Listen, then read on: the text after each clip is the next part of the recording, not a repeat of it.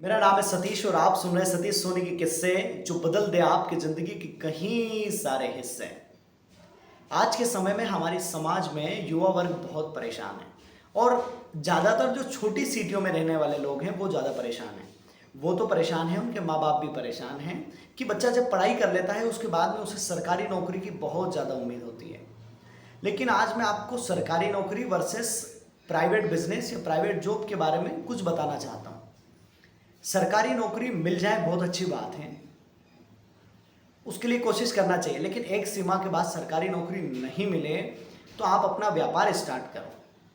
और व्यापार स्टार्ट करते समय सबसे पहली सोच ये होना चाहिए कि यदि आप एक कोई चीज़ को बेच रहे हैं, मान लो आपने ये पेन को आपने आज एक स्टेशनरी की शॉप खोलकर बेचना चालू किया, तो आप अपनी सोच को इस हद तक ले जाइए कि ये पेन कैसे बन सकता है।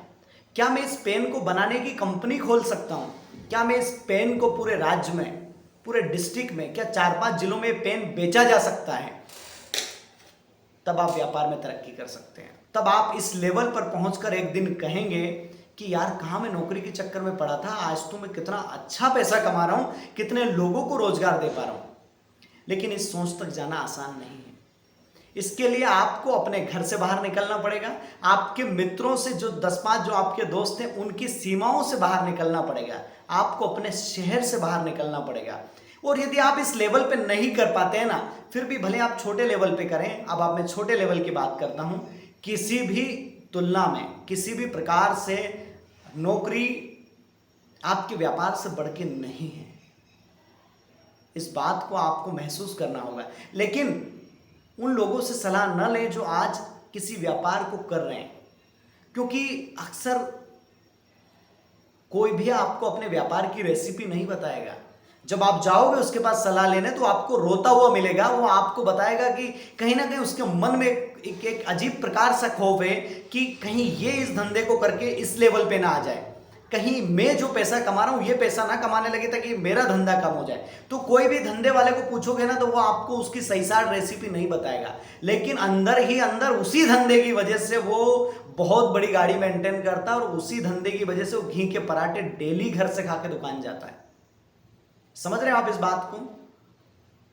तो आज का जो युवा वर्ग है, जो अभी बिजनेस में नहीं है, जो करना चाहता है, वो शुरू करे। और शुरू करते समय थोड़ा सा पैसा अलग से निकाल के रखे उस जोखिम के लिए। यदि आप स्कूल जाते हैं तो फीस देते कि नहीं देते? कॉलेज जाते हैं तो 5-10 लाख रुपए देकर फीस अपनी डिग्री लेते हैं, उसके बाद में आपको जॉब मिलती है, वो भी 10 से 15-20 हजार रुपए की। तो कुछ पैसा इसलिए रखें कि आपको यदि घाटा हो जाए तो वो घाटा, आपको यदि कुछ नुकसान हो जाए तो वो नुकसान उस बिजनेस की फीस मान लेना कि ये फीस मैंने इस बिजनेस में जमा करी है, अब मेरा व्यापार यहां से रफ्तार से चलेगा। लेकिन हर महीने में आपका व्यापार आपकी नौकरी से कहीं गुना ज्यादा बेहतर है। आपके पास एक स्वतंत्रता है अपनी तरीके से कि आप मंडे को भी संडे बना सकते हैं, आप थर्सडे को भी संडे बना सकते हैं। वहां आपके पास आजादी नहीं है। फिर भी यदि आपको लगता है कि नौकरी बेहतर है तो कोशिश करिए, कोशिश पीछा मत छोड़िए, कोशिश को पीछे मत रहने दीजिए।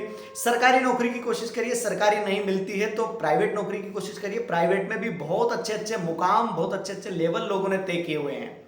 आप यदि अपनी मानसिकता का पूरा उपयोग प्राइवेट में दिखाते हैं, प्राइवेट चलता है जिम्मेदारियों पर, जो जितनी जिम्मेदारी लेगा उतना ही आगे बढ़ता चला जाएगा। तो आज के बाद में ये सोचना, बजाय डिप्रेशन में आने के, बजाय कुछ नहीं हो रहा है, बजाय सरकारी दामाद बनने के ख्वाब देखने से अच्छा है कि आप घर से बाहर निकले, काम करें, धक्के खाएं, ठोकरें खाएं, मजबूत व्यक्तित्व का निर्माण करें, लेकिन कुछ करें। बजाय घर बैठने के, बजाय डिप्रेशन में होने के, बजाय कहीं लड़कियों से रिजेक्ट होने के, बजाय माँ बाप के ताने सुनने के, कुछ कर दिखाने की क्षमता रखो यार, कुछ कर दिखाने की क्षमता रखो और सच में आप कमाल कर सकते हो।